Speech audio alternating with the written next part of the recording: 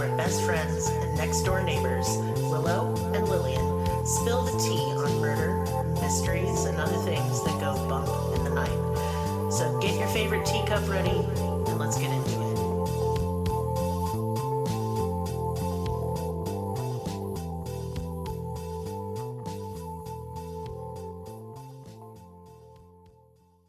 Welcome to Cruelty Podcast. This is Lillian, and with me is Merris. Hello. Because it's Merris Monday. Yeah. Yeah. Wow, that was a really smooth opening I did today. I felt like I sounded smooth. I was thinking about, like, maybe you would do the opening for our reality podcast and do the wrong opening. Okay, well, that's just rude. Yeah. So, me and Merris have a little side project called Reality, where Merris forces me to watch reality television, and then we snark about it. Yeah. But that's not this episode or No, podcast. But I'm telling you about it because when we recorded the episode yesterday, I'm so used to like introducing the podcast because Merris is the main host on that one that I just went into my regular intro and Merris was like, no, wrong pod. But I have my shit together today. Oh, man. What are we doing? My ducks aren't in a row, but my shit's together. So whatever you take from that. Not your duck shit in a row. Well, it might be. Oh. So today, we're going to talk about tulpas and egregores. Not Tulsas. Oh, fuck no. No. No. I'm from there. I just like to pretend it doesn't exist. Yeah. No, a tulpa, like, I'll explain all the terms and everything, but this was suggested by a listener, so I do take y'all's suggestions. Shout out to that random dude. Lady. Or lady, I don't know. Yeah. Most of our listeners are ladies. There's some dudes. There's like two. I don't know. There's a few. There's a handful that I haven't angered. So, I was thinking maybe the last episode was too scary. Yeah, people did get scared. I got several emails. I'm not shaming them or nothing. No, I feel bad for them. It is scary. I get it. Like, I freaked out doing the research. Yeah, and I know people who have, like, you know, their jobs. They're very scared about that. Of course. And, like, here's massive another upheaval. reason for you to be scared. Tulpas. Well, I was going to do something fun, but then I fell into the rabbit hole of egregores and tulpas. So what are these? Okay, well, a tulpa is basically, when you boil it all down, a thought form. Meaning, if you imagine something hard enough, it's real. Like, I guess a famous example is that Slender Man. Oh, I get into that in a minute. Yeah. An egregore is kind of the same idea, but it's a little more complicated and a little looser. In this episode, I'm also going to teach you how to make your own tulpa. Because fuck it. Maybe Kit can do the job for you, yeah. Am I right? Fuck it. Just fuck shit up. And I will tell some stories about tulpas, thought forms, and egregores. So let's start with the egregores. What the fuck is that? It's it originated in the Book of Enoch in the Bible, which isn't in the Bible because one of the popes took it out. Yeah. It's in a what is a text called when it's removed from the Bible? Forbidden. Oh, I don't think that's the term, so never mind. So it's the Apocrypha. I don't know. Yes, it's the Apocrypha. So it's an angelic being. That's an autonomous psychic entity that is composed of and influences the thoughts of a group of people. So like a fallen angel or something. No. Okay. No. Some people have that interpretation, but that's not what I get from it. Okay. So it's energy. It's like an anonymous sort of energy without a personality. And you take that and you influence it to be a certain way. Okay. And then it can influence others, and then it gains its own influence. The concept of an egregore is used to describe a thought form that is created when people come together with a common interest and focus their energy into it. And these thought forms are made up of the thoughts, ideas, and feelings that the group inadvertently sends out through their collective group mind or collective consciousness. So it's kind of hard to create one on purpose because they are often unintentional. Okay, so if you think too hard, you can Peter Pan yourself the devil, huh? Yeah. Okay. Pretty much. All right. We'll get into like some famous egregores. Egregores are symbols, ideas, or ideals that exist in the collective psyche of a group of people and are thought to have an autonomous existence. Okay. Meaning once they are given life, then they're kind of out of the control of the creators. Like not a hermaphrodite, like a like a hermaphrodite. No, like what do they call them? Like a golem kind of thing. Yes, but that's usually a monster made of clay. Yeah. Yeah. Egregores are important because they provide a sense of belonging and identity. They also provide structure for beliefs. When an egregore is powerful, it can take action on its own and benefit the group. An example... Homunculus, that's what I'm thinking of. Yeah, not like that. An example is the egregore created by the People's Temple at Jonestown in 1978. So this can be something that is... This movement that, Jonestown created with the family and all that dumb shit is a negative example of how everybody brainwashed themselves and then created something larger from themselves that ended up destroying them. Okay, can this Pretty be much. democracy? Could this be like an egregore? I don't know. No, Okay. but I'm going to explain it more and you'll get it. All right. Egregore is kind of a complicated concept and it's kind of loose. It's hard to define. Because I'm thinking like any strong idea could be one almost. Basically, boiling it down, an egregore is an idea or a symbol that takes on a life of its own. Mm-hmm. So yes, they can be created without intention, as in something that just happens. But in this episode, we're kind of talking about more purposefully created things. Okay. And I'm going to start with Slender Man, as a matter of fact. No, dang. So, and yes, we can all have a chuckle, because Slender Man's fucking stupid. I know that there's like a true crime case that's less funny now. Yeah, I talk about that a little bit as well. So Slender Man was an image created on a message board called Something Awful in the early 2000s by a man named Eric Knudsen. It was a scary picture contest, and he uploaded some school children playing with a very tall, very skinny, blank-faced man in a suit in the background with like tentacles coming out of his back. He clearly digitally manipulated the photo. Everyone knew it was a digitally manipulated image. I don't even recall if he won the contest. I don't know. But the image did go viral, obviously, for years. And then it made it onto like Creepypasta, No Sleep Reddit, stuff like that. It made it into video games, eventually movies. And then, in addition, there was that attempted murder done by 13-year-old girls because they believed Slender Man would take them away to live in a mansion in the woods if they gave him a sacrifice. Right. So just because something isn't real to you doesn't mean it isn't real to someone else. And I'm going to give an example. Okay. Contrary to what some people have accused me, I do not have balls. Oh. I don't have testicles. Okay. Could you thought form some? I'm not gonna. Okay. Thus, if someone kicked me in my not balls, sure it would hurt. No one wants a cunt punt. No. But it won't hurt the same way as if I had testicles. So that pain isn't real to me. I've never experienced it, and I never will. Right. But that pain is real to someone with balls. No testicular torsion. No. Is that what you're going to cast as a wizard? Yes. So you cast testicular torsion? Right. Yes, I do cast testicular torsion. My God. Yeah. Good thing none of us in this room have testicles. Oh, Yeah. So, basically, Slender Man can become real to certain people. Right. So, people have seen Slender Man.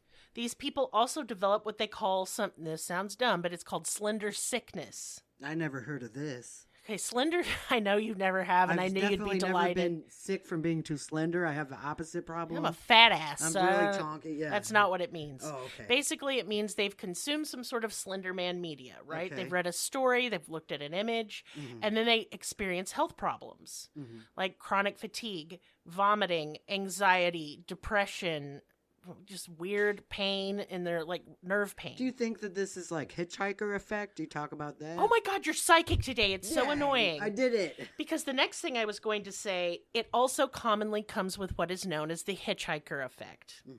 So what is that? Now, if you've listened to any of our other podcasts, Merris Mondays, and we talk about UFOs, I talk about this quite a bit, but I'm going to boil it down to you see something weird, something fucky, like you see a Bigfoot or a UFO or a ghost. Or like a shadow person. Yes, and somehow just by seeing it, that shit follows you home and haunts the crap out of your house. Like, you'll get paranormal activity like cabinets opening and closing, doors closing by themselves.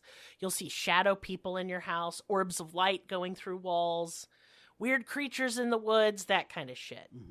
You're haunted now. Yeah. And people have had this same effect with Slender Man just by consuming the media or talking about it. So you think that's why, like, traditionally spooky stuff is really taboo because that's a thing? I don't know. I really don't know.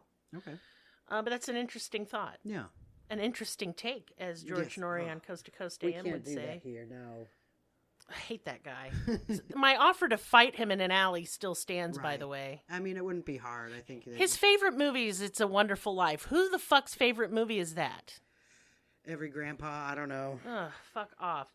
So the difference between, say, a ghost or alien, you know, or an egregore is that the egregore's existence depends on a human being or a group of human beings because that's what created it. Yeah.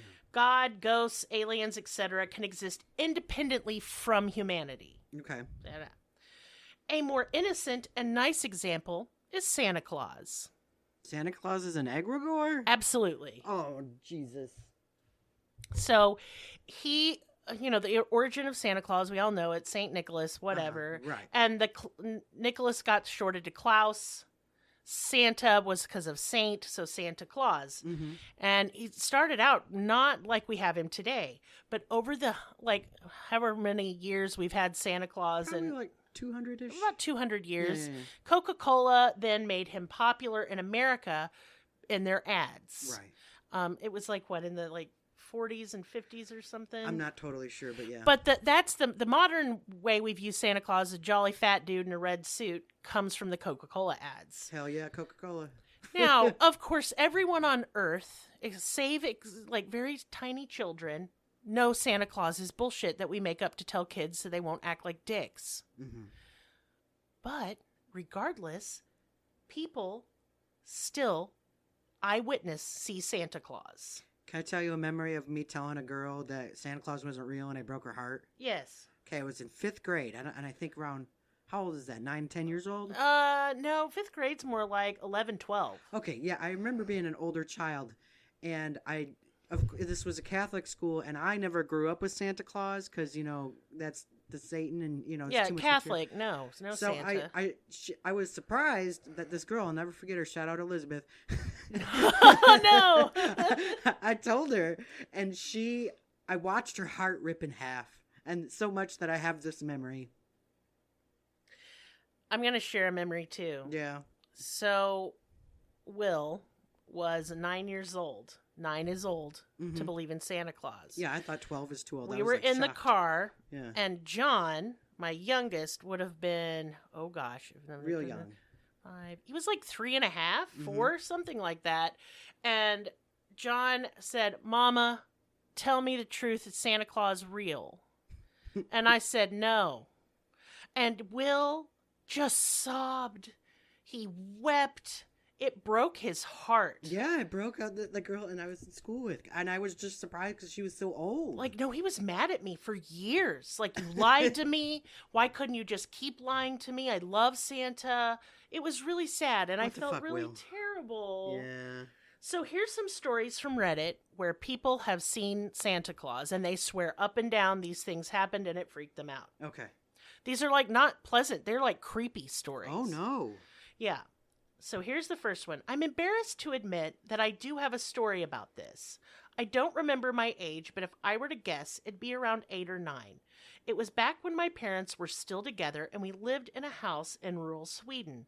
We have some different traditions here regarding Santa, so I grew up doing a lot of weird things like leaving a bowl of porridge on the porch on the night before Christmas Eve. It's supposed to be cookies. Don't they fucking know? No. It's an old Norse tradition from back when we believed we had Humstamtar.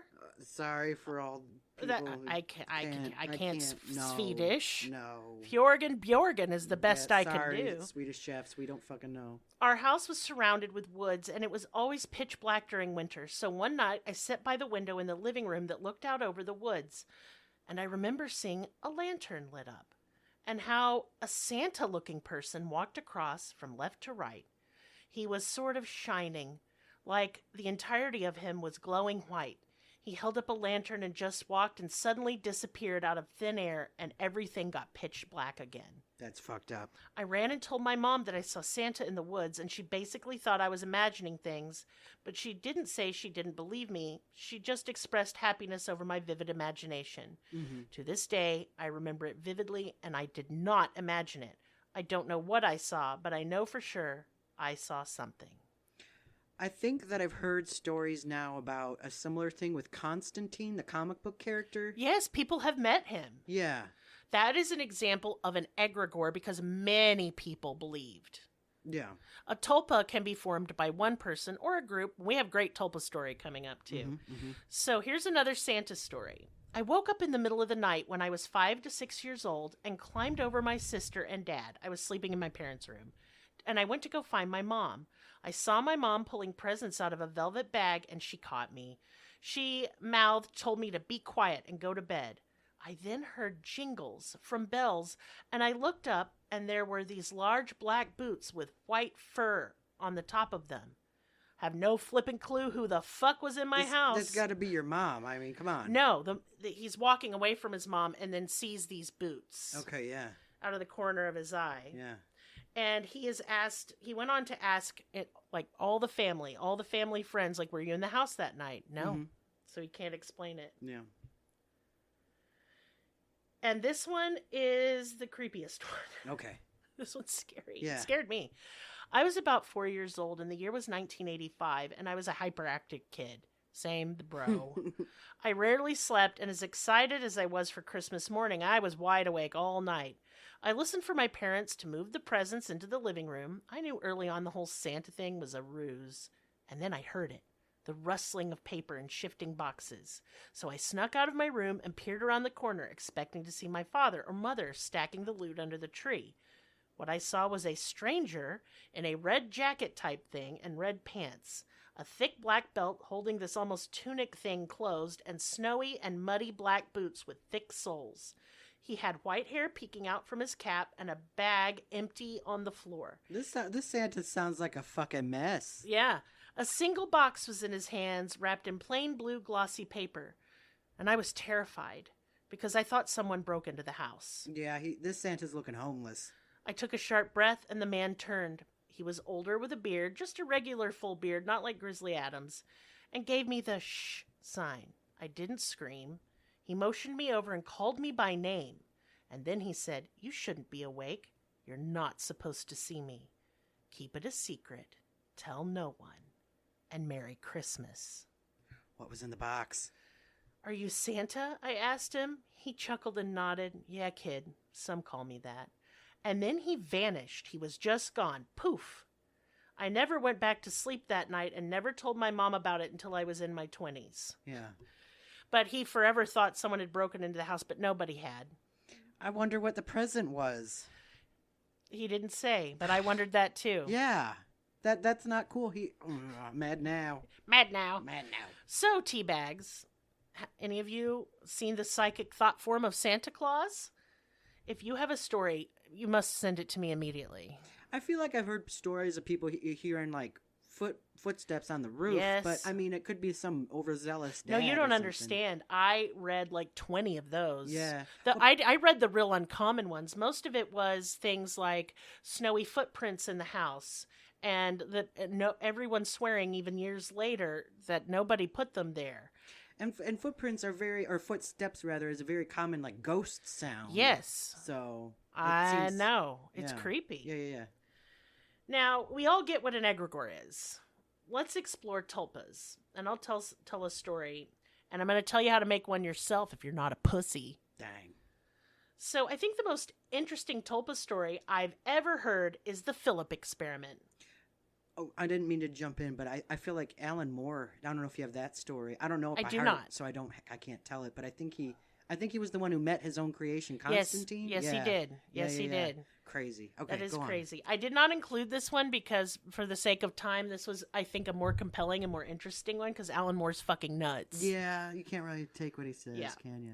So a tulpa can be created by a group or single person. It is a thought form, meaning you think it into life, and it can be anything. It can be a little robot. It could be a bird. It could be a very, like, good-looking dude. You don't know. So, what was the Philip experiment? The Philip experiment was a 1972 parapsychology experiment conducted in Toronto, Ontario, to determine whether subjects can communicate with fictionalized ghosts through expectations of human will. So basically, a group of college students created a ghost. Okay. They gave him a history, a backstory, knew all the details about his life and death. They created a character, a ghost, that they wanted to be able to communicate with via seance. The character created and agreed upon was named Philip Aylesford, referred to as Philip during the test. His fictional history partially coincided with actual events and places, but they made multiple contradictions and errors on purpose to prove that it was really Philip, the ghost they were talking to, the one they created, and not some other ghost. Okay. He was born in 1624 in England and had an early military career and was knighted by the age of 16. He was involved in the English Civil War and became personal friends with Charles II, working for him as a spy. They made a Mary Sue. Philip was unhappily married to a woman named Dorothea and later fell in love with a Romany girl who was accused of witchcraft and burned at the stake. In despair, Philip committed suicide in 1654 at the age of 30. But did it work? Yeah, it worked. In September of 1972, the group began their sittings, which was informal gatherings where they would discuss Philip and his life. Okay. Then they would meditate and try and visualize Philip and kind of create a collective hallucination almost, like in more detail. Yeah. These settings, conducted in a fully lit room, went on for a year with no results. They did this every day for a fucking year. That's dedication I do not have. Some members of the group occasionally claimed they felt a presence in the room, but there was no result they could consider any kind of communication from Philip. So they changed their tactics. The group decided they might have better luck if they attempted to duplicate the atmosphere of a classic spiritualist seance. Okay. They dimmed the room's lights, sat around a table, sang songs, and surrounded themselves with pictures of the type of castle they imagined Philip would have lived in, as well as objects from that time period. And that is very common in seances, by the way. You know, I was just thinking that I feel like this is just pure conjecture, but I feel like they'd be more successful if they imagined a guy who was more modern because it'd be easier to picture. Later people have said that. Okay, well, that's just my conjecture. Tulpas are really easy to make. Yeah. Yeah, I will tell you how to make one, and you can ask me, Lillian, have you done it? Yes. Did it work? Sure. Do I recommend it? I don't know. Anyway, so it worked. During one evening seance, the group received its first communication from Philip in the form of a distinct rap on the table, so like a knock on the table. Soon Philip was answering questions asked by the group. 1 rap for yes, 2 for no. They knew it was Philip because they fucking asked him, "Are you Philip?" And he's like, well, ghosts can lie. Yes. Yes, but then they asked specific questions that only the fake made-up Philip would know. Okay. Unless they had a ghost spying on them the whole time. Spy ghost. Well, or Philip was a spy, so like not a good choice. So the sessions really took off from there, and a wide range of phenomena occurred that could not be explained. Sometimes the table would tip onto one leg and dance, like wiggle. Yeah. Also, he could move objects, open doors, doing just regular ghost shit. Doing ghost shit. You're saying boo. Yeah, I love that story. Yeah. And I will link in the description of this podcast movies inspired by the Philip experiment. And there are several. Okay. So in case you're like, wow, that story fucks me up, I want to know more about this, I'm going to link research material for y'all on this one because this is a fun rabbit hole. Right. It's not scary to me. Yeah. So, how can you, yes you, Teabag, make your own tulpa? I won't tell you whether you should or shouldn't. You shouldn't. Because you're basically going to haunt your own house. Right. But, if you're like me, God help you, you'll do it anyway because you're curious and love fun. Mm-hmm. And if you do it with enough intention, it actually won't be scary. Like, you can make a nice tulpa that finds pennies for you. I just want one that does dishes, but I feel like it won't ever go that far. You cannot get them, it's really hard for anything ephemeral, like ghosts or thought forms, to interact with real-life objects. It takes a lot of energy, and that energy is going to be taken from you, and you might as well do the dishes yourself. So what's the point, then? Because it's fucking rad, you jerk. What is with you? Stuff all that up your butt. I don't want a ghost unless it's useful. Well, make a ghost that like touches you in a seductive way. That'd be ooh. That's what I'm gonna do. No, you're not. No. You're gonna get jealous of a thought form I made myself. Yes. But that's just like masturbation. Are you jealous of my hand? Yeah. Oh, that's kind of hot. I don't know why. I don't know what's fucking wrong with me. We're so codependent. We should have therapy at once. But you know what? We're not gonna. No. You know why? It's expensive poor. When we live in America. I can't even afford my luxury bones, let alone to fix my brain. No. So we're just gonna raw dog it. Yeah. All right. So how can you make your own tulpa? First step, you're gonna create a character. Okay? It could be anything. It could be a little robot man. It could be a little bird. You could make a handsome man with a giant fucking schlong who listens. Yeah, that's definitely imaginary. Yeah, that's imaginary. Yeah. Like real men don't have giant schlongs, and they definitely don't have fucking schlongs listen. And ears. It's one or the other. You're right. Yeah. You're right. Yeah. You're right. You could create like a super hot chick with big titties. Like, it just doesn't matter. But what you're going to do is every day you're going to spend about 15 to 30 minutes in like your little meditation. You're going to imagine everything about this thing that you're creating. Everything. You know, eye color, hair color, personality. What does the voice sound like? What foods do they love? What foods do they hate? Just like you were creating a character for a book. Yeah. And then once you have created all of this intense detail, and I mean, we're getting down to like how big is they fingies type of detail, you will then talk to it. Yeah, like when you're by yourself, you'll be like, let's say I make a tulpa and his name is Roger. And Roger... He wants to Roger you? Nope. Okay. Roger is, I want to create a tulpa that finds lost things. For example, because this bitch be losing my shit all the time. Like losing lose my vape, lose my phone, lose my keys. So what if I just make a tulpa that finds things? Roger the Finder. And I've created a personality for him. I've created his likes and dislikes. So I'll just talk to Roger every day. Like, hey, Roger, hope you're having a nice day. It's a really sunny day. I know you hate sunny days, so sorry about that. And, you know, I just talk to him. Like when I'm in the car by myself, like, hey, Roger, we're going to go to the store. You're going to encourage our listeners to be completely fucking nuts. This is not nuts. Shut your mouth. All right. Be cool, man. I'm being cool. Y'all, he's being lame as fuck. We're lame. I'm going to fart in your eyes. Oh, don't do it. Anyway, that's not a sex thing. That's just gross. And it would just sting because it's hot butt wind. I don't want butt wind on my eyes. No, you don't want it on your eyes or anywhere like that. So anyway, every day you were talking to this guy.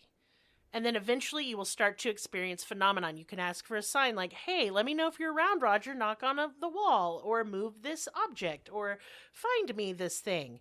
And I want at least one of you out there to try it and then get back to me if it worked. Okay. You're not going to do it. You don't have the patience. No, I don't fucking need a thought form. I got enough forms around here. My thoughts generally don't need to take form. No. They're either like really perverted or nervous. Yeah. A lot of anxiety. I don't need that. I don't need an anxiety thought form. Like I'd have a thought form that would need therapy. Yes. Yeah. Mm-hmm. I've already haunted my own house several times. I don't need to go through with it any further. No. So that's it, folks. I think this is one of the cooler, like, weird things. I just think it shows that our universe is made up of consciousness and that our thoughts do actually affect reality. Like, I believe this shit. Do you think that's what's going on in the Skinwalker Ranch or the Sherman Ranch, whatever you want to call it? Yes, I do. And we call it the Sherman Ranch in this house. I know. I just have to say because most people don't Yeah, because otherwise they won't know what we're talking about. But I do like to... So why do I call it both things?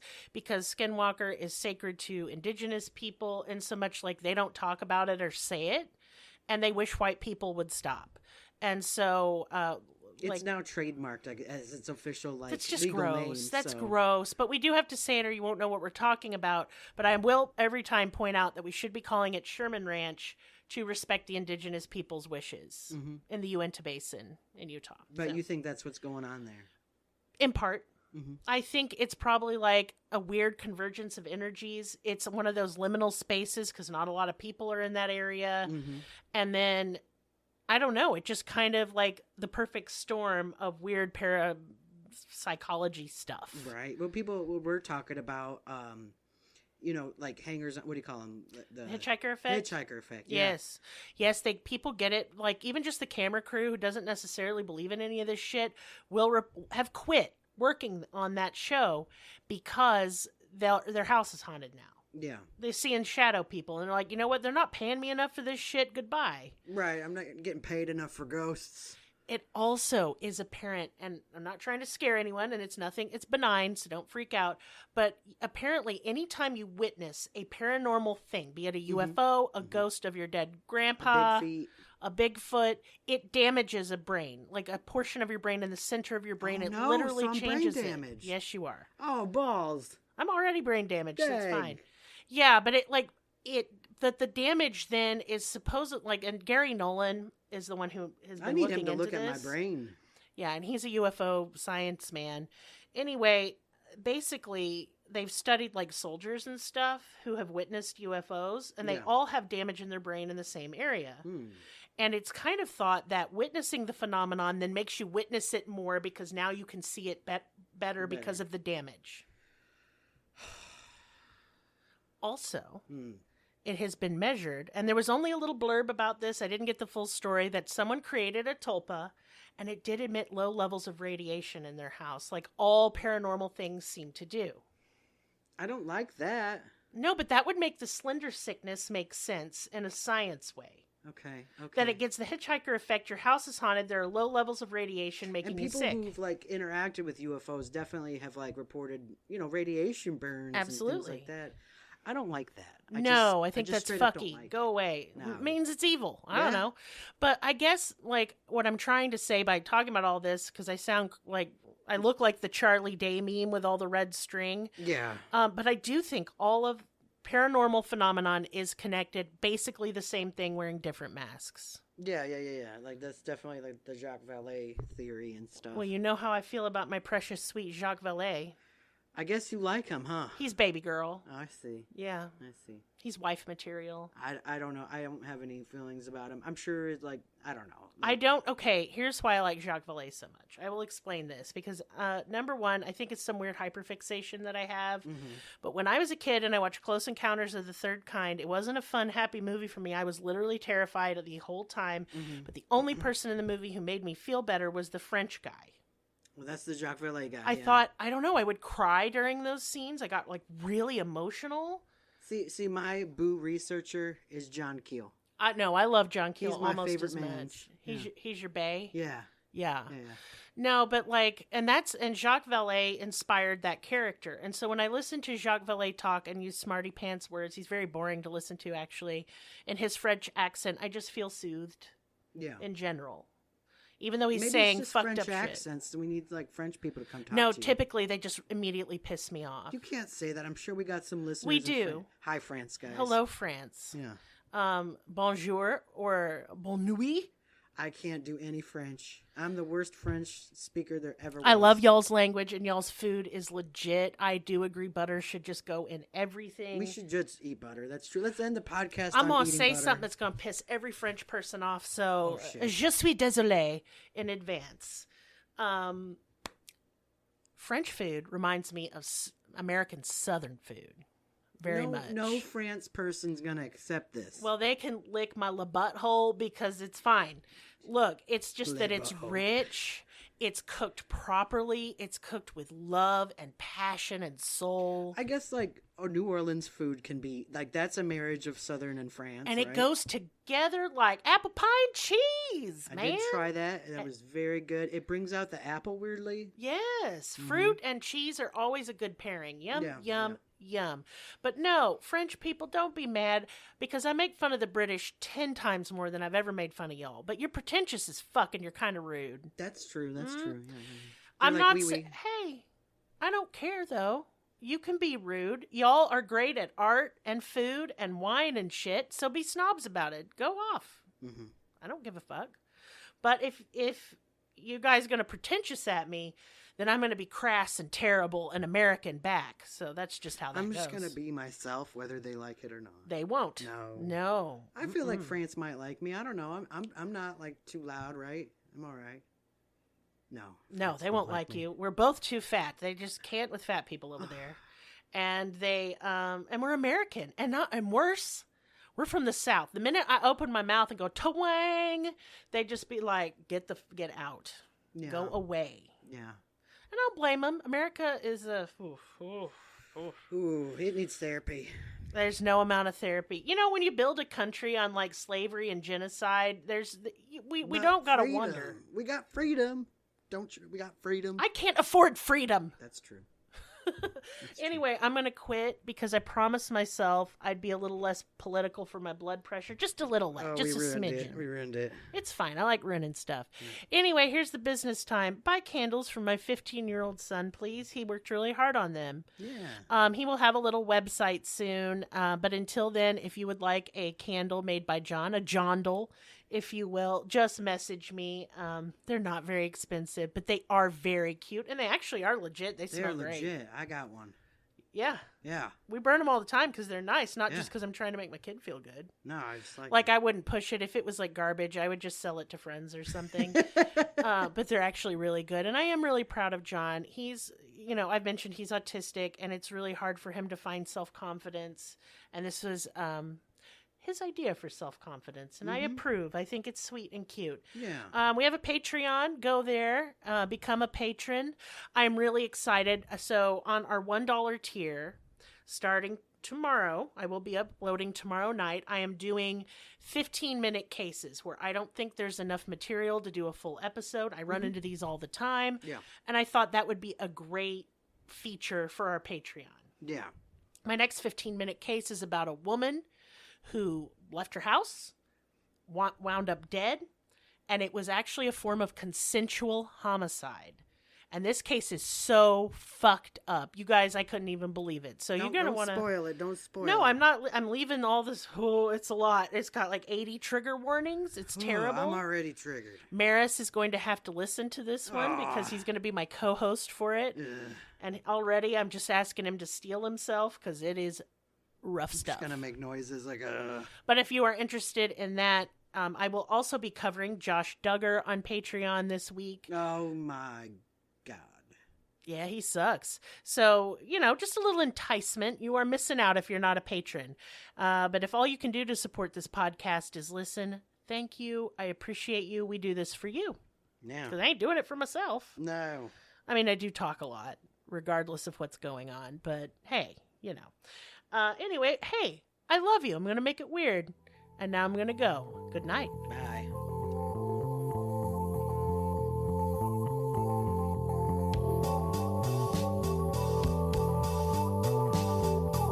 Us on your social media platform of choice. Linktree/cruelty has all of the links.